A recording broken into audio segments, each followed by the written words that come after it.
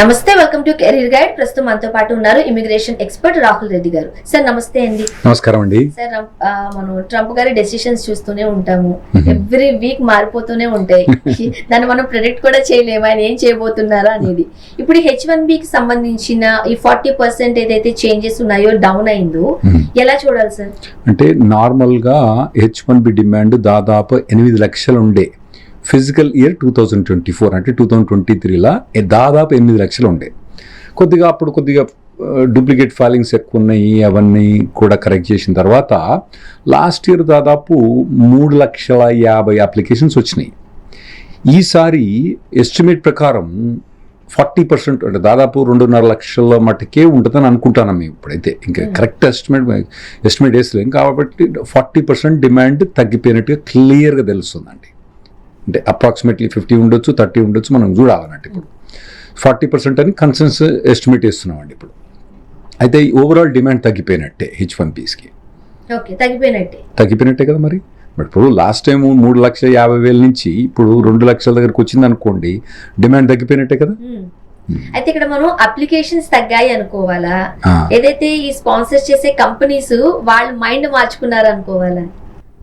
ఒకటి ఏంటంటే ఈ $1,00,000 ఫీజు పెట్టుడు ఒకటి పెద్ద బ్లాక్ అయిపోయిందండి, అదొకటి. సెకండ్ ఏంటంటే కొద్దిగా సిస్టమ్ చేంజ్ చేసిండ్రు. ఇంతకుముందు లాటరీలు ఎట్లుండంటే, ఇప్పుడు స్వర్ణ గారు ఉన్నారు, స్వర్ణ గారు ఈహా టీవీకి స్పాన్సర్ చేస్తాను అనుకుందాం, వాళ్ళు ఏం చేస్తారు, స్వర్ణ గారు పేరు పెట్టేస్తారు. పేరు పెట్టేసి మీ పేరు తగిలితే మీ మీద H1B ఫైల్ చేస్తారు.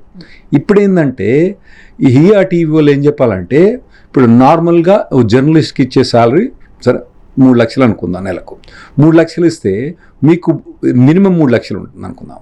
3 లక్షలు ఇస్తేనేమో మీకు ఒక్కసారి మీ పేరు పెడతారు. అదే 6 లక్షలు దాదాపుగా లెవెల్ 4 అని ఉన్నది అన్నట్టు. అందులో పెడితే అప్పుడు 4 సార్లు స్వర్ణమ్మ గారి పేరు పెడతారు అన్నట్టు అక్కడ. అట్లా ఇప్పుడు ఏమైందంటే మీకు శాలరీ ఎక్కువ ఉంటేనేమో మీకు ఛాన్స్ లాటరీ, ఎందుకంటే మీ పేరు 4 సార్లు మీరు చెట్టు వేస్తారు కదా, అప్పుడు మీ పేరు తగలటానికి ఛాన్స్ ఎక్కువ ఉంటుంది అన్నట్టు. మీకు శాలరీ తక్కువ ఉంటే మాత్రం ఒకటే చెట్టు ఉంటుంది మీ పేరు మీద. సో శాలరీ మధ్యలో ఉందనుకోండి 2, 3 దాన్ని బట్టి ఉంటుంది అన్నట్టు. లెవెల్ శాలరీని బట్టి మీకు మీ పేరు ఎంతవరకు. సార్ ఒకటి చెప్పండి, ఇప్పటి వరకు H1B వీసాల పైన US వెళ్ళిన మన ఇండియన్ ఫ్యామిలీస్ ఎంతమంది ఉండేవారు ఇప్పుడు అంటారా? ఇప్పుడు ప్రస్తుతం ఎంత ఉండేవారు అసలు? వాళ్ళేం తగ్గలేదు అక్కడ, తగ్గలేదు, పెరిగిన తగ్గలేదు. ఎందుకంటే ఇదివరకు ఏంటంటే మేము 30 ఏళ్ళ కింద H1 మీద పోతే ఏమైందంటే మాకు గ్రీన్ కార్డ్ వచ్చేది, ఏడాది గ్రీన్ కార్డ్ వచ్చేది, 2 ఏళ్ళ గ్రీన్ కార్డ్ వచ్చేది, 3 ఏళ్ళ గ్రీన్ కార్డ్ వచ్చేది. ఇప్పుడు మనం ఏమైందంటే బాటిల్ నెక్ అయిపోయింది అక్కడ. అంటే నెంబర్ ఆఫ్ H1Bs మనోళ్ళు తగ్గలేదు, మనం దాదాపుగా బిట్వీన్ 40 to 60% కంటిన్యూస్గా మెయింటైన్ చేస్తున్నాం H1B మొత్తం 85,000 అయితే మనకు దాదాపు 50 నుంచి 60% వస్తున్నాయి మనకు, అవి కంటిన్యూస్ వస్తున్నాయి. గ్రీన్ కార్డ్కి వచ్చే మటుకు ఏమైందంటే మనకు 50,000 H1Bs వస్తే గ్రీన్ కార్డులు వచ్చే మటుకు 5,000, 10,000 మందికి గ్రీన్ కార్డులు వస్తాయి అన్నట్టు. అక్కడ మనకి ఏమైందంటే బాటిల్ నెక్ తయారైపోయి మొత్తం వీళ్ళందరూ లైన్గా కూర్చున్నారు. సో దాదాపు ఎస్టిమేట్ ప్రకారం 7 లక్షల నుంచి 10 లక్షల దాకా ఉన్నారండి H1 మీద. ఇప్పుడు H1 అయితే H4 వాళ్ళని కూడా కలుపుకుంటున్నాడు, అందరు కలిపితే దాదాపుగా 7 నుంచి 12 లక్షల దాకా ఉంటారు. ఇప్పుడు పరిస్థితి ఏంటి సార్? ఇప్పుడు ఇండియన్ ఫ్యామిలీస్ ఎంత ఉన్నాయి H1B మీద వెళ్ళే వాళ్ళు? ఎవ్రీ ఇయర్ పోయే వాళ్ళంటారా? నార్మల్గా ఎవ్రీ ఇయర్ H1Bs ఇండియా నుంచి పోయే వాళ్ళు దాదాపుగా 20,000 మంది ఉంటారండి. 20,000 కన్నా ఎక్కువనే ఉంటారు. అందులో మన హైదరాబాద్ నుంచే 5,000 నుంచి 10,000 దాకా మన హైదరాబాద్ నుంచే పోతారు. ఓకే. సో మరి ఇంతమంది పోయేవారు కదా, ఇన్ని డిఫరెంట్ చేంజెస్ మధ్య, థాట్స్ మధ్య ఇప్పుడు ఎట్లా ఉంది పరిస్థితి? ఇప్పుడు జీరో.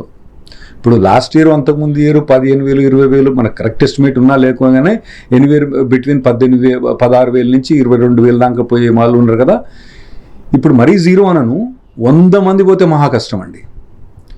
100 మంది పోతే మా కష్టం.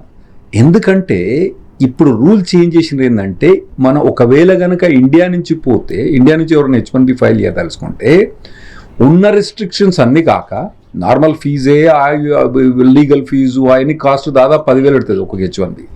అది కాకుండా గవర్నమెంట్కి $1,00,000 కట్టం చదివించాలి.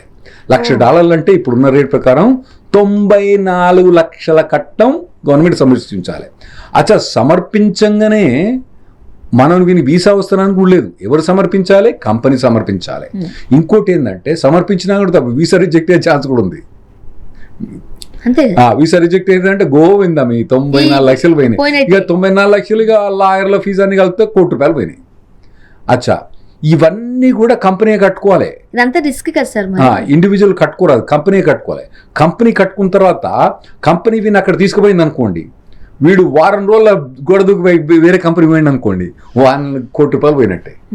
సో అందుకోసం ఏంటంటే ఇప్పుడు కొత్తగా H1 మీద ఇండియా నుంచి పోయే వాళ్ళ సంఖ్య నేను 100 ఉంటుంది అనుకుంటానండి. 100 ఎట్లుంటదని అడగండి, నాకు అసలు ఆన్సర్ లేదు, కానీ 100 ఉంటుందని అనుకుంటాను. మరి అనిపిస్తుంది కదా సార్ 100 ఎట్లా ఉంటది అని. ఉంటారు కొందరు ఎసెన్షియల్ వర్కర్స్ ఉండొచ్చు, మరి నాకు తెలియదండి. అంతే వాళ్ళు ఏమంటారు, ఇండియాలో కూర్చొని పని చేయ మంచి డబ్బులు ఇస్తాయి, నాకు తెలియదు. 100 మంది ఏదో ఎస్టిమేట్ చేస్తాను, చూద్దాం, తప్పైతే. ఇప్పుడు ఈ డిమాండ్ తగ్గింది కదా సార్, సో లాటరీకి సంబంధించిన ఛాన్సెస్ పెరిగే అవకాశాలు ఉన్నాయా, పెరుగుతాయా? అవునండి, లాస్ట్ ఇయర్ కన్నా ఈ ఇయర్ కు లాటరీ ఛాన్సెస్ పెరిగినాయి. లాస్ట్ ఇయర్ 3,50,000 మంది అప్లై చేస్తే, అంటే దాదాపు 1,00,000 మంది దాకా సెలెక్ట్ చేస్తారు వాళ్ళు అక్కడ. అంటే దాదాపు ప్రతి 3-4 అప్లికేషన్స్కి ఒకటి సెలెక్ట్ అయింది. ఇప్పుడు కూడా 2,50,000 మంది అనుకుంటాను మేము, దాదాపు 1,00,000 మంది సెలెక్ట్ చేస్తారు వాళ్ళు. అంటే ప్రతి 2.5కు ఒకళ్ళు సెలెక్ట్ అవుతారు అన్నట్టు. కాకపోతే ఏంటంటే ఇప్పుడు ఇంతకుముందు మనం మాట్లాడినాం కదా, మీ శాలరీ ఎక్కువైతే మీ ఛాన్సెస్ ఎక్కువ ఉంటాయి, మీ శాలరీ తక్కువ అయితే తక్కువ ఉంటుంది.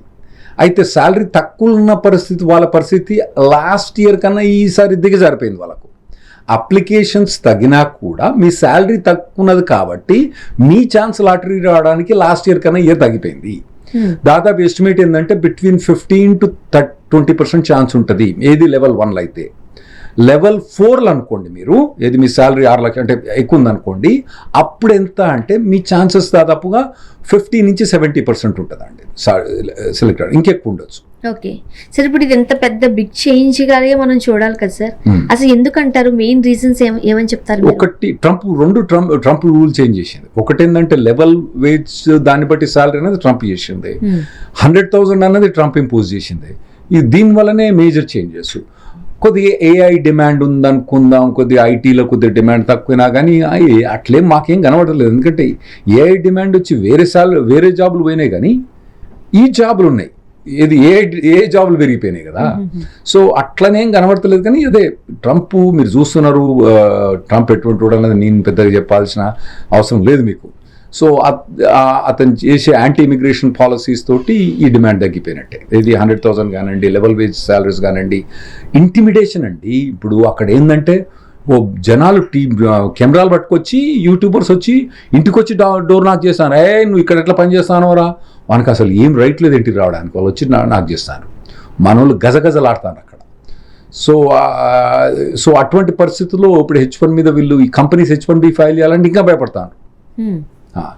ఇంకోటండి, మీకు ఇప్పుడు టాప్ ఇండియన్ కంపెనీస్ ఉన్నాయనుకోండి, ఏది కాగ్నిజెంట్ కానివ్వండి, ఇన్ఫోసిస్ కానివ్వండి, టాటా కన్సల్టెన్సీస్ కానివ్వండి, ఇవన్నీ మంచి టాప్ కంపెనీస్ కదా. ఇవి దాదాపుగా 5,000 మందిని స్పాన్సర్ చేసేది ప్రతి ఇయర్. ఏది ఇక్కడి నుంచి. ఇప్పుడు వాళ్ళు దాదాపుగా జీరోకి వచ్చేస్తారు. ఎందుకంటే వాళ్ళు $1,00,000 ఎక్కడి నుంచి కడతారండి? కట్టినా కానీ వాళ్ళు ఈ ఎంప్లాయీ వీళ్ళతో ఉంటుండే నమ్మకం లేదు. సో వాళ్ళందరూ కూడా 5,000 నుంచి దాదాపుగా 5 మందికి వచ్చేస్తారు. అటువంటి పరిస్థితి వచ్చేస్తుంది. అది కూడా కష్టం. అంటే ఇండియా నుంచి స్పాన్సర్ చేయడం మొత్తం తగ్గిపోతుంది. అక్కడ లోకల్గా F1 మీద కానివ్వండి, H4 మీద కానివ్వండి, కొన్ని ఏవో ఫైల్ చేసుకుంటారు. కానీ ఇక్కడి నుంచి తీసుకుపోయే వాళ్ళందరూ కూడా ఈ పెద్ద పెద్ద కంపెనీస్, విప్రో, ఇన్ఫోసిస్, టాటా కన్సల్టెన్సీస్, ఇవన్నీ కాగ్నిజెంట్ ఇవన్నీ ఉన్నాయో ఇవన్నీ కూడా తీసుకోలేవు. ఎందుకంటే నేను చెప్పిన కదా $1,00,000 పెట్టి ఎడ తీసుకుపోతారు. ఒకవేళ మనం పే చేసినా కూడా వచ్చే పరిస్థితి కనిపించడం లేదు. ఇక్కడ ఒకటి వీసా స్టాంపింగ్ లేదు. ఎన్ని వీసా స్టాంపింగ్ పోయిన తర్వాత అక్కడ పోయిన తర్వాత వాడు ₹1,00,000 పెట్టిన తర్వాత, కంపెనీ ₹1,00,000 పెట్టిన తర్వాత వాంతో పని చేయాలన్న గ్యారంటీ లేదు. మళ్ళీ అట్లా కాంట్రాక్ట్ రాపించుకుంటానికి ఇల్లీగల్ అయిపోతుంది. ఓకే, ఇప్పుడు ఈ $100,000 ఏదైతే ఉందో ఫీ, దాని రూల్, దాని ఎఫెక్ట్ దేనిపై పడుతుంది సార్? ఎలా ఉంటుంది? ఓన్లీ బయట దేశం నుంచి యుఎస్కి వచ్చే వాళ్ళ మీదనే $1,00,000 ఫీజు. లోపల ఉన్న వాళ్ళు F1 వీసా మీద ఉన్న వాళ్ళు, H4 మీద ఉన్న వాళ్ళు, L1 L2 వీసా ఉన్న వాళ్ళు, వాళ్ళందరి ట్రాన్స్ఫర్కి మాత్రం ఈ $1,00,000 వర్తించదు. సో అక్కడ ఉన్న వాళ్ళకి కొద్దిగా అడ్వాంటేజ్ అయింది. ఇప్పుడు ఎస్పెషల్లీ హై సాలరీ ఉన్న వాళ్ళకి మరీ అడ్వాంటేజ్ అయింది. లో శాలరీ ఉన్న వాళ్ళకి సరే లాస్ట్ ఇయర్ ఉన్న పరిస్థితితో ఇప్పుడు ఆ పరిస్థితి కొద్దిగా జగరైంది. హై సాలరీ ఉన్న వాళ్ళకి చాలా అడ్వాంటేజ్ అయింది వాళ్ళకైంది. ఎందుకంటే నెంబర్ ఆఫ్ అప్లికేషన్స్ తగ్గిపోయినాయి కదా. మీ పేరు 4 సార్లు వేసింది అనుకోండి, మీకు అడ్వాంటేజ్ కదా. ఓకే, మీ పేరు 4 సార్లు వేసినప్పుడు మీకు అడ్వాంటేజ్. ఆబ్వియస్లీ మనకు ఒక హోప్ కూడా వస్తుంది, ఖచ్చితంగా వచ్చే అవకాశం ఉంటుందేమో అని. సరే, ఇప్పుడు ఈ సిచ్యువేషన్స్ మధ్య ఎంప్లాయర్స్ కాస్త రీథింక్ చేస్తున్నారు అన్నట్లుగా అనిపిస్తుంది. ఖచ్చితంగా అండి, ఎంప్లాయర్స్ భయపడుతున్నారు. పెద్ద కంపెనీస్, నేను వైస్ ప్రెసిడెంట్ వాళ్ళతో మాట్లాడినండి, వాళ్ళు H1B ఫైల్ చేయాలంటే ఇదివరకంటే మేనేజర్ తోటి మాట్లాడి HR తోటి మాట్లాడితే అయిపోయేది. వాళ్ళు CTO దగ్గర నుంచి పర్మిషన్ తీసుకొని రావాలి. అచ్చా, మళ్ళా ఇప్పుడు మా దగ్గర టెక్సస్ గవర్నమెంట్ ఉందండి, వాళ్ళు కొన్ని వేల H1Bs ఫైల్ చేస్తారు. ఏది టెక్సస్ గవర్నమెంట్ మొత్తం, టెక్సస్ కానీ ఫ్లోరిడా కానీ. వాళ్ళు ఏం చేసిండ్రు, ప్రతి దానికి కూడా దాదాపు గవర్నర్ ఆఫీస్, అక్కడ గవర్నర్ అంటే చీఫ్ మినిస్టర్ అన్నట్టు, చీఫ్ మినిస్టర్ ఆఫీస్ నుంచి పర్మిషన్ అందించేది లేదు. అంత పరిస్థితికి వచ్చేసారు. సరే, మరి అలాంటప్పుడు US లో ఉన్న వాళ్ళకి అడ్వాంటేజెస్ కదా, అంటే ఎట్లాంటి అడ్వాంటేజెస్ ఉంటాయి అంటే నెంబర్ ఆఫ్ పీపుల్ చాలా తగ్గిపోయినారు కాబట్టి బయట దేశం నుంచి దాదాపుగా నేను అన్న కదా, ఇప్పుడు మన ఇండియా నుంచి 20,000 నుంచి దాదాపుగా 100 మందికి వచ్చింది. అంటే ఏంది, ఈ 19,900 మంది అక్కడ వాళ్ళని సెలెక్ట్ అవుతారు. సో అట్లా అడ్వాంటేజ్ అయిపోయింది వాళ్ళకు. సో దీని వల్ల అంటే ట్రంప్ గారు తీసుకునే డెసిషన్స్ మీరు చెప్తున్నప్పుడు నాకు 2 సైడ్లోనే అనిపిస్తుంది. ఒకరికి అడ్వాంటేజ్ అవుతుంది, ఇంకొకరికి డిసడ్వాంటేజ్ అవుతుంది. ఏం చెప్తారు? ఓవరాల్ గా 85,000 ఉంటాయి, అదేం తగ్గియలేడు. అతను తగ్గియాలంటే దానికి పార్లమెంట్ ఇవ్వాలి, పార్లమెంట్ ఏది పాస్ కాదు, అక్కడ ఇటువంటి ఏవి పాస్ కాదు. సో 85,000. ఇంకోటి ఏంటంటే మనకు అంతకుముందు 60% వచ్చినాయి కదా, ఇప్పుడు కూడా 60% వస్తాయి. ఎట్లా అది? ఎందుకంటే అక్కడ స్టూడెంట్ వీసా మీద పోయిన వాళ్ళకి అడ్వాంటేజ్ అని చెప్పినా కదా, ఆడ H4 మీద పోయిన వాళ్ళకి అడ్వాంటేజ్ అన్నా కదా. వాళ్ళు అప్లై చేసే వాళ్ళందరూ కూడా మన వాళ్ళు ఎక్కడ వాళ్ళే, మనకే కాంపిటీషన్ అక్కడ. సో ఇప్పుడు మనకు అక్కడ ఇక్కడి నుంచి తీసేస్తాను కానీ అక్కడ పెరుగుతాయి అన్నట్టు, అక్కడ ఉన్న వాళ్ళకి పెరుగుతాయి. స్టూడెంట్ వీసా ఉన్న వాళ్ళకి అడ్వాంటేజ్, హై సాలరీ ఉన్న వాళ్ళకి అడ్వాంటేజ్, H4 మీద ఉన్న వాళ్ళకి అడ్వాంటేజ్. కొందరు ఏంటంటే స్టూడెంట్ వీసా మీద 3 సార్లు 4 సార్లు లాటరీ ట్రై చేసి దొరకలేదు వాళ్ళకు, ఈసారి వాళ్ళకి అడ్వాంటేజ్ ఏంటి కదా. ఇప్పుడు ఈ ఇయర్ ప్రాసెస్ లో ఏమైనా డిఫరెన్స్ ఉందా సార్? ఒకటి ఏంటంటే $230 ఫీజు పెట్టిండ్రు, పెట్టాలని అది పెద్ద అందరికి నచ్చింది. ఎందుకంటే మరి $10 చాలా చిల్లరగా ఉండే. $230 సెలెక్షన్ పెట్టిండ్రు. అదొకటి నేను చెప్పే కదా, లెవెల్ ఆఫ్ సాలరీస్ బట్టి మీకు సెలెక్షన్ ఉందని చెప్పిన కదా. ఈ 2 మేజర్ డిఫరెన్స్. ఆఫ్ కోర్స్ $100,000 ఉంది. అది $100,000 అప్పుడు లాటరీ అప్పుడు పెట్టరు, లాటరీ అప్పుడు అడగడు, వాడు ఎక్కడ ఉన్నది అనవసరం. మీకు ఎంత శాలరీ అని అడుగుతారు, మీరు ఇక్కడ పని చేస్తానరా అక్కడ పని చేస్తానరా అన్నది అనవసరం. H1B ఫైల్ చేసేటప్పుడు అడుగుతారు, డబ్బులు అని అడుగుతారు. కానీ ఏదైనా అదే కదా సార్ నేను అనేది. అంటే స్వర్ణ గారు, ఇప్పుడు మీరు US లో ఉండరు అనుకోండి, $1,00,000 మీకు వర్తించదు కదా. మీరు బయట దేశంలో ఉంటేనే మీకు $1,00,000 వర్తిస్తుంది. ఓకే, సో అందుకే ఆ లక్ష్మణ రేఖ అయితే దాటద్దు. అక్కడ ఉన్న వాళ్ళు లక్ష్మణ రేఖ దాటద్దు, ఇక్కడ ఉన్న వాళ్ళు కూడా అది ఉల్టా పని అవుతుంది అన్నట్టు. ఇది ఇక్కడ వీళ్ళు ఇక్కడ లక్ష్మణ రేఖ ఇక్కడ లక్ష్మణ రేఖ కాదు, ఇక్కడ దాటేటట్టు లేడు. ట్రంప్ మూడాడ కూర్చున్నాడు. ఇప్పుడు అలా అనుకుంటే మరి ఫ్రెషర్స్ పరిస్థితి ఏంటి సార్? వాళ్ళ సిచ్యువేషన్ ఎట్లా ఉంది? ఫ్రెషర్స్ అంటే ఇక్కడ ఫ్రెషర్సా అక్కడ ఫ్రెషర్స్? ఫస్ట్ ఇక్కడ వాళ్ళతో మాట్లాడుకుందాం. ఫర్ ఎగ్జాంపుల్ ఇక్కడ ఉన్నారు ఫ్రెషర్స్. టిపికల్ గా ఫ్రెషర్స్ H1 మీద రారు అక్కడికి. కనీసం ఒక 2-3 years పని చేసిన తర్వాత H1 మీద అటెంప్ట్ చేస్తారు వాళ్ళు. సో కంపెనీ ఏదైనా కంపెనీ రావాల్సిందే. యా, సో ఇప్పుడు వాళ్ళు దాదాపుగా రారు, వాళ్ళకి ఛాన్సే లేదు. ఎందుకంటే ఏ కంపెనీ కూడా $1,00,000 దాదాపు ₹1 కోటి ఖర్చు పెట్టి వాళ్ళని తీసుకపోదు. వాళ్ళకి లేదు ఛాన్స్. ఫ్రెషర్లు కానివ్వండి, ఏమన్నా మరి సీనియర్ మోస్ట్ ఉంటే మరి ఏం చెప్పిన 20,000 నుంచి 100 అన్న, మరి 100 వస్తారు వాళ్ళు ఏమో తెలియదు, మరి అటువంటి వాళ్ళు ఏమైనా ఉంటారో తెలియదు. కానీ నార్మల్ గా వాళ్ళకి ఇప్పుడు ఇక్కడి నుంచి వాళ్ళకు హోప్ లేదు. కొన్ని ఇయర్స్ లోనే చదువుకుంటున్నారు, గ్రాడ్యుయేషన్స్ కంప్లీట్ అయిపోయి PGs అయిపోయి వాళ్ళు జాబ్ కోసం చేస్తున్నారు. అక్కడ ఫ్రెషర్స్ వాళ్ళ పరిస్థితి ఏంటి? బుడదల నుంచి అంతే మంచం మీద పడ్డట్టు అయింది వాళ్ళ పరిస్థితి. సూపర్ అయితే. ఎందుకంటే వాళ్ళకి 20,000 ఇప్పుడు బయట దేశం నుంచి దాదాపుగా 85,000 ఉంటే దాదాపు 40,000-50,000 మంది బయట దేశం నుంచి వస్తాను కదండి. వాళ్ళందరూ ఆగిపోయారు కదా. అవన్నీ కూడా లోపల ఉన్న వాళ్ళకే వస్తాయి. కాబట్టి వాళ్ళు ఫ్రెషర్స్కి ఇప్పుడు బుడదల నుంచి అంతే మంచం మీద పడరు వాళ్ళు. సూపర్. అయితే ఇప్పుడు మన తెలుగు స్టూడెంట్స్ కి F1 కావచ్చు, H1B కావచ్చు, ఈ స్టూడెంట్స్ కి ఇంపాక్ట్ ఎట్లా ఉంటుంది? అక్కడ ఉన్న వాళ్ళకి చాలా అడ్వాంటేజ్ తెలుగు వాళ్ళకు. ఎందుకంటే ఒకటేందంటే ఆ స్టూడెంట్ వీసా ఉన్న వాళ్ళు కూడా నెంబర్ 1 దేశం మనదే. ఇంకోటి చాలా మంది స్టూడెంట్స్ ఏం చేస్తారంటే అక్కడికి వచ్చి చదువుకొని వెనక్కి వచ్చేస్తారు. మన ఇండియా ఏంటంటే అక్కడ పోయిందంటే కథమే, జైలుగలాగా వాడుకొని అక్కడే ఉంటారు అన్నట్టు. సో వాళ్ళందరికీ కూడా ఇప్పుడు అడ్వాంటేజ్ వాళ్ళకు. ఎందుకంటే ఇదివరకు ఓపీటీ తర్వాత స్టెమ్ ఎక్స్టెన్షన్ 3 ఏళ్ళ వర్క్ పర్మిట్ ఉంటుంది. ఈ లోపల వీనికి H1B రావాలి.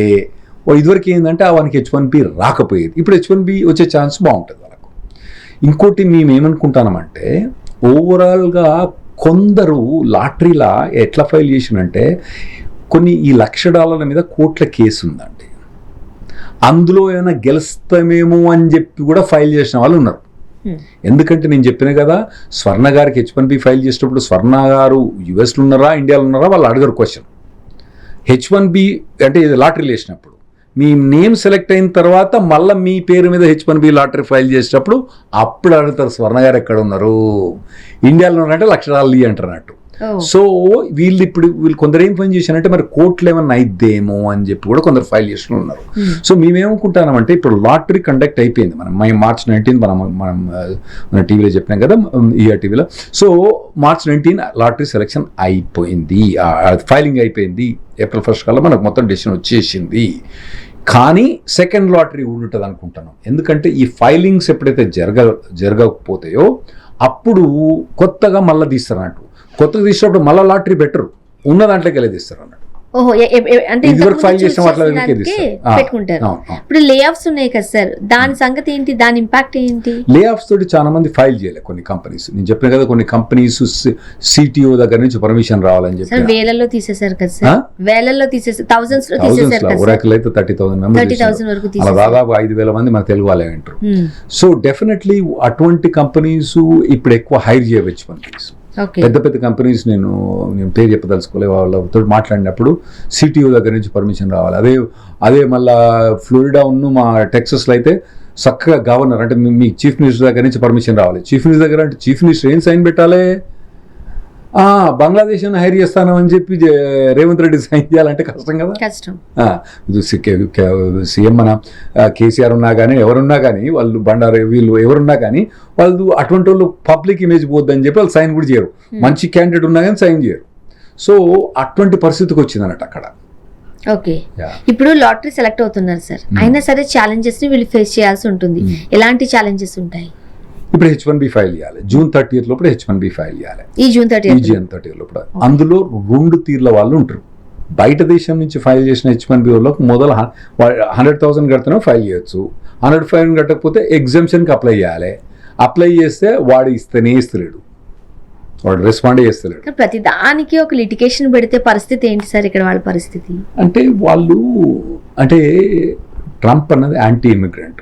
ఇప్పుడు అందులో కొద్ది ఆర్గనైజేషన్, మెగా ఆర్గనైజేషన్ అటువంటి వాళ్ళు ఎట్లా థింక్ చేస్తారంటే ఈ జాబ్స్ అన్నీ మా అమెరికన్స్ కాక బయట దేశాల వాళ్ళకు పోతున్నాయి కదా అని వాళ్ళు థింక్ చేస్తారు. ఇప్పుడు కొందరు ఇప్పుడు నార్మల్గా అక్కడ వాళ్ళు ఎట్లా థింక్ చేస్తారంటే ఇప్పుడు బయట దేశం నుంచి టాలెంట్ కనుక రాలేదనుకోండి, మీకు బ్రెయిన్ డ్రెయిన్ థియరీ అని తెలుసు కదా, ప్రపంచంలో ఉన్న బ్రెయిన్ అంతా అమెరికా డ్రెయిన్ చేసి పడేస్తుంది అన్నట్టు, అందరిని అక్కడ తీసుకొచ్చేస్తుంది అన్నట్టు. ఇప్పుడు చూడండి, మైక్రోసాఫ్ట్ CEO ఎవరు? మన తెలుగు అతనే. గూగుల్ CEO ఎవరు?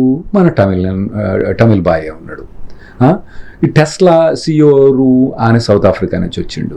సో తర్వాత ఎన్విడియా ఇప్పుడు number 1 company in the world. మొన్నటిదాకా దాని పేరు కూడా ఎవరికి 2-3 ఏళ్ళ దాకా దాని పేరు కూడా ఎవరు తెలియదు. Number 1 market capital company in the world Nvidia.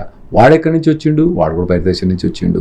So ఇటువంటి టాలెంట్ అన్నీ అమెరికా వచ్చి డెవలప్ చేస్తుంది, వాళ్ళు వచ్చి అమెరికాని డెవలప్ చేస్తారు అని చెప్పి కొంతమంది ఫీలింగ్, నాలాంటి ఫీలింగ్.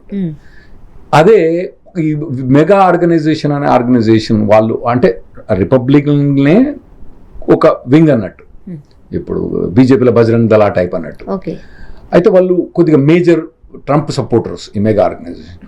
వాళ్ళు ఏమంటారంటే మాకు ఈ రిసోర్సెస్ అన్ని పెట్టి ఈ ఎలాన్ మాస్క్ లేకపోతే ఇంకోటి మా దగ్గర నుంచి పేర్కొంటాడు. వాళ్ళు ఈ సత్యనారాయణలా వాడిని ఇండియాలో పెట్టుంటే ఆ సత్యనారాయణ CEO పొజిషన్ అమెరికన్కి వచ్చని వాళ్ళు అనుకుంటారు.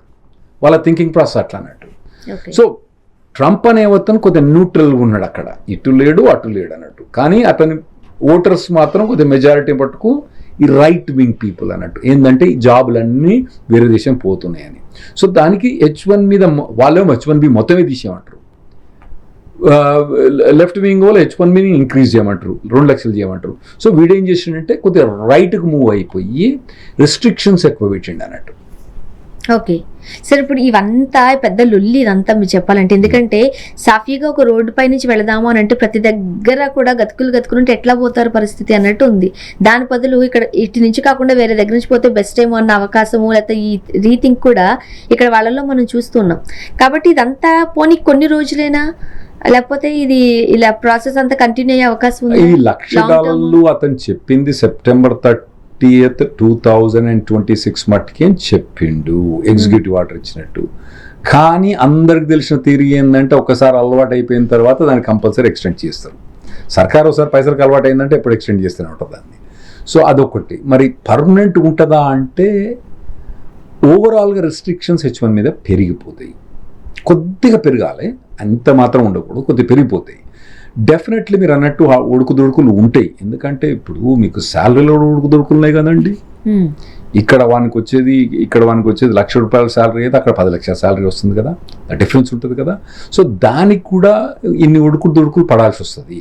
ఇదివరకు ఏంటంటే కొద్దిగా లో టాలెంట్ ఉన్న వాళ్ళు కూడా వచ్చేవాళ్ళు, ఇప్పుడు హై టాలెంట్ ఉన్న వాళ్ళు అక్కడికి వచ్చే ఛాన్స్ ఉంటుంది. ఇదివరకు ఏంటంటే అవి దేని పనికిరాను తీసుకుపోయి అమెరికాలో పడేద్దాం, ఆ టైప్ ఉన్న వాళ్ళు ఉన్నారు. ఇప్పుడు అటువంటి వాళ్ళు రారు అక్కడికి. టాలెంట్ కష్టపడి పనిచేస్తాడు అటువంటి వాళ్ళు మాత్రం అక్కడ అవకాశం ఎక్కువ ఉంటుందండి.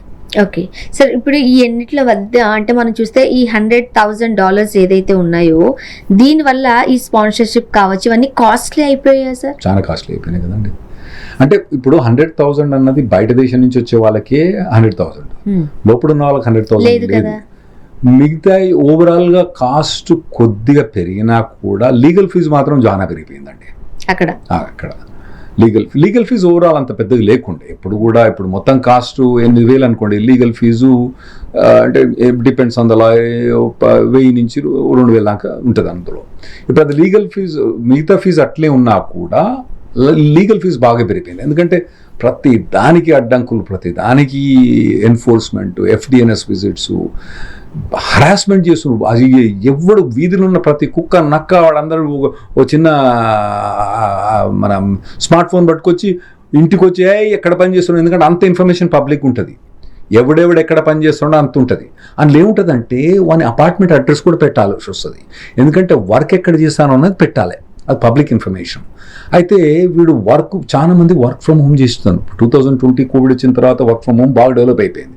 ఇప్పుడు వర్క్ ఫ్రమ్ వాడు అపార్ట్మెంట్ పట్టుకొచ్చి నువ్వు ఈ అపార్ట్మెంట్ ఎందుకు పని చేస్తాను, ఈ వెధవ వీడు ఎప్పుడు చదువుకున్నాడు కాదు, రిమోట్ పని చేసినాడు, కంప్యూటర్ ఆపరేషన్స్ అక్కడ రాదు, వీడు సాఫ్ట్వేర్ రాదు, వీడు వచ్చి ఆడికి ఏం లేదు, వీధి గుండె అటువంటి టైప్ వచ్చి ఆడొచ్చి ఇంటికి వచ్చి తలుపు కొట్టి నువ్వు ఇంట్లోకి వెళ్ళి ఇట్లా పని చేస్తాను, ఈ నోటీస్ బోర్డు పెట్టినావా, నాకు ఈ డాక్యుమెంట్ ఆ డాక్యుమెంట్ ఇవ్వడం మొదలు పెడతానండి. మరీ హరాస్మెంట్. దానికి మన వాళ్ళు కొద్దిగా భయభ్రాంతి. యాక్చువల్ వానికి రైటే లేదు వచ్చడానికి. ఇంకోటి ఏంటంటే వాడు పనిచేసే ప్లేస్ వేరు, పబ్లిక్ ఇన్స్పెక్షన్ ఫైల్స్ వీళ్ళ దగ్గర ఉంటాయి. అక్కడ ఆ పబ్లిక్ ఇన్స్పెక్షన్ ఫైల్స్లో కూడా వాళ్ళ ఇష్టం ఇన్ఫర్మేషన్ వాళ్ళు అడుగుతారు, అవన్నీ తప్పు, ఇవ్వాల్సిన అవసరం లేదు వాళ్ళకు. ఓవర్ ఇన్ఫర్మేషన్ అడిగితే ఇవ్వాల్సిన అవసరం లేదు. ఇప్పుడు ప్రెసెంట్ ఇండియా నుండి అప్లై చేసే వారికి ఈ ప్రాసెస్ అన్ని చూస్తుంటే టఫ్ గానే అనిపిస్తుంది. దేర్ ఇస్ నో ఇండియా నుంచి అప్లై చేసేది లేదండి. 0% అనేసుకున్నాం కదా. 0% అన్నప్పుడు 0 కదా. 100 మంది అన్నా కానీ ఆ 100 మందిలో నాకు ఎవడు ఒక్కడు కూడా అంటదగలే అని చెప్పినా కదా. అదే నార్మల్ టైంలో అయితే, ఈ ఇయర్ లాస్ట్ ఇయర్ టైంలో అయితే ఏముందండి, మాల్లో పోతే 10 మందో 20 మంది అప్లై చేసిన వాళ్ళు ఉంటారు అలా ఉంటే కనబడి. ఇప్పుడు ఉంటాడు హైదరాబాద్ నుంచి, నాకైతే కూడా తెలియదు. ఇప్పుడు ఈసారి 100,000 పెట్టి H1B అప్లై చేయదలుచుకున్నాడు, నేనైతే ఎవరిని చూడలేదు ఇంతమాట. సో ఇదంతా సమ్మరీ చూస్తే ఓవరాల్ గా మీరు ఏం చెప్తారు సార్ మన ఇండియన్ ఫ్యామిలీస్ కి, హైదరాబాద్ వాళ్ళకి మీరు ఇచ్చే సజెషన్స్ ఏంటి? స్టూడెంట్ వీసా మీద మంచి ఆపర్చునిటీ ఉంది, ఎందుకంటే స్టూడెంట్ వీసా మీద పోయిన తర్వాత ఆపర్చునిటీస్ పెరిగిపోయిన వాళ్ళకు. ఓవరాల్గా IT పెరుగుతూనే ఉందండి, ఏది తగ్గట్లేదు. ఇంకోటి ఏంటంటే ఈ ప్రెషర్ తోటి కొద్దిగా కంపెనీస్ బ్యాక్ అండ్ ఆఫీసెస్ ఇక్కడ బాగా పెరుగుతున్నాయి. ఇక్కడ ఇప్పుడు పెద్ద పెద్ద కంపెనీస్ ఇదివరకు అన్నీ ఏం చేసేదంటే ప్రాజెక్ట్స్ అక్కడ ఇక్కడ చేసేవాళ్ళు. ఇప్పుడు పెద్ద మన ఇన్ఫోసిస్ కానివ్వండి, కాగ్నిజెంట్ కానివ్వండి, విప్రో, టాటా కన్సల్ట్, పెద్ద పెద్ద కన్సల్టింగ్ కంపెనీస్ కదా. అంటే వాళ్ళు ఏం చేస్తారంటే ఇప్పుడు పెప్సీలో ఒక ప్రాజెక్ట్ పెట్టాలండి, ఎస్ఏపిని ఇంప్లిమెంట్ చేద్దాం అనుకుంటారు, లేదా AT&T కంపెనీ ఇప్పుడు ఒక ఓరాక్ను దాన్ని ఇంప్లిమెంట్ చేద్దాం అనుకోండి, వాళ్ళకు ఒక 400 మంది 500 మంది కావాలి. అప్పుడు ఏం చేస్తారంటే నార్మల్గా వీళ్ళు ఏం చేస్తారంటే 1:3 పెట్టుకుంటారు అన్నట్టు. అక్కడ ఒకడు ఇక్కడ ముగ్గురు పనిచేస్తా అంటారు ఆ జాబ్కి. సో అట్లా పెట్టుకొని వాళ్ళు కాస్ట్ కట్టింగ్ అని వాళ్ళు ఏదైనా మొత్తానికి మేనేజ్ చేసేది. అప్పుడు అక్కడ ఒక్కడు ఇక్కడ ముగ్గురు కదా, ఇప్పుడు ఏం లేదు, అందరి ఇక్కడనే 4 ఇక్కడనే. సో అదొకందుకు అడ్వాంటేజ్ కావచ్చు హైదరాబాద్కు. అది కాస్త సంతోషంగా. ఇంకోటి ఏంటంటే ఇప్పుడు అక్కడ ఇది నేనేం చెప్పినా అంటే దాదాపుగా 10 నుంచి 12 లక్షల మంది ఓవరాల్ H1 మీద H4 మీద ఉన్న వాళ్ళు ఉన్నారు. అయ్యా పోరగాన్లు పెళ్లి కాకముందే పెద్ద పెద్ద 4,000 స్క్వేర్ ఫీట్లు $1 మిలియన్ పెట్టుకున్న ఇల్లు నేను చూసిన అండి. పెళ్లి కాలే ఇంకా కొనేస్తాను. అరే నాయనా మరి నీకు ఎందుకు అంటే పిల్లగాని పుట్టిన తర్వాత ఆయన ఆలు లేదు, సూరు లేదు, కొడుకు పేరు సోమలింగం.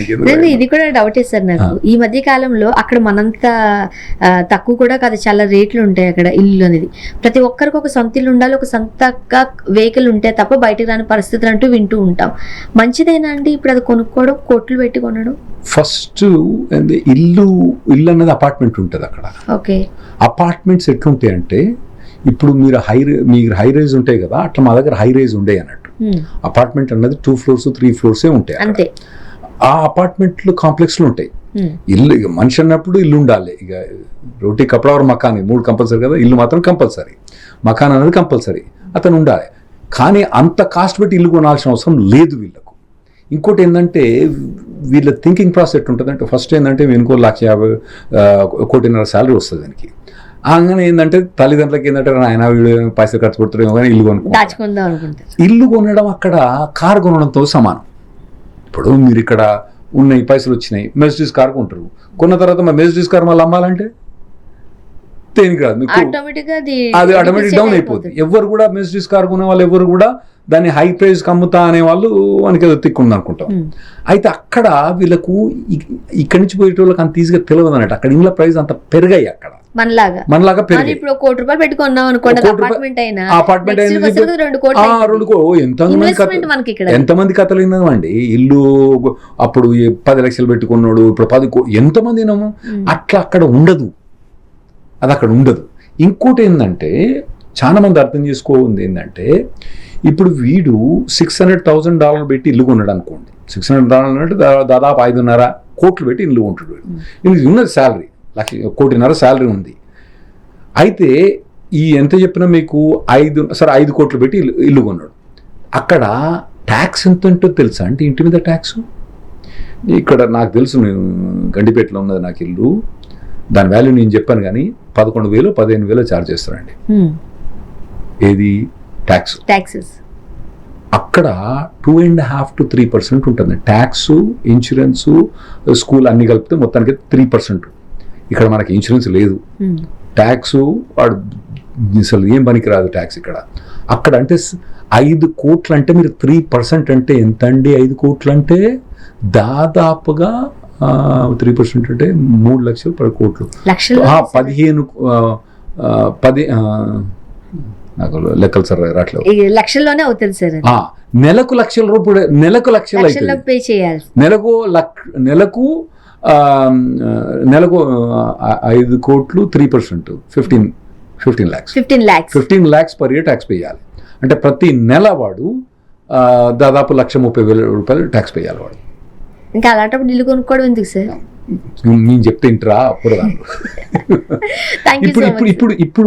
ఇప్పుడు ఈ పరిస్థితి ఉంది కదా, ఈ భయభ్రాంతులతోటి ఇప్పుడు కొన్నోళ్ళు కొన్నారు కానీ వాళ్ళు ఎట్లా అమ్ముకుందాం అని చూస్తారు కానీ కొత్త వాళ్ళు ఎవరు కొనట్లేదు. ఇప్పుడు కొన్న ఇల్లు మనం ఈ ట్యాక్సెస్ ఇవన్నీ పే చేయాల్సి ఉంటుంది, మనం దాన్ని రీసేల్ చేద్దాం అనుకుంటున్నాం అనుకోండి, అప్పుడు మార్కెట్ ఎట్లా ఉంటుంది? ఇప్పుడు మార్కెట్ అయితే డల్లస్, హ్యూస్టన్ ఇటువంటిది అడ్డికి పావుసేర్ అయిపోయింది. అమ్మాలనే కూడా కొంటూ లేరు. సో ఇప్పుడు కొత్తగా ఏంటంటే పొరగాలు ఏం చేస్తారంటే పైసలు వచ్చిన తర్వాత వామ్మో ఈ ట్రంప్ ఎక్కడ ఉడిది బయట పెడతారు అని చెప్పి ఆ ఇన్వెస్ట్మెంట్స్ అన్ని మన హైదరాబాద్కి వస్తున్నాయి. సో మంచిదే మనకి. Thank you so much sir. H1B కి సంబంధించిన పర్సెంటేజ్ తగ్గడం వల్ల డిమాండ్ ఎట్లా ఉండింది అండ్ చేంజెస్ ఏంటి చాలా క్లియర్ గా ఎక్స్ప్లెయిన్ చేశారు. Thank you so much sir. Thanks.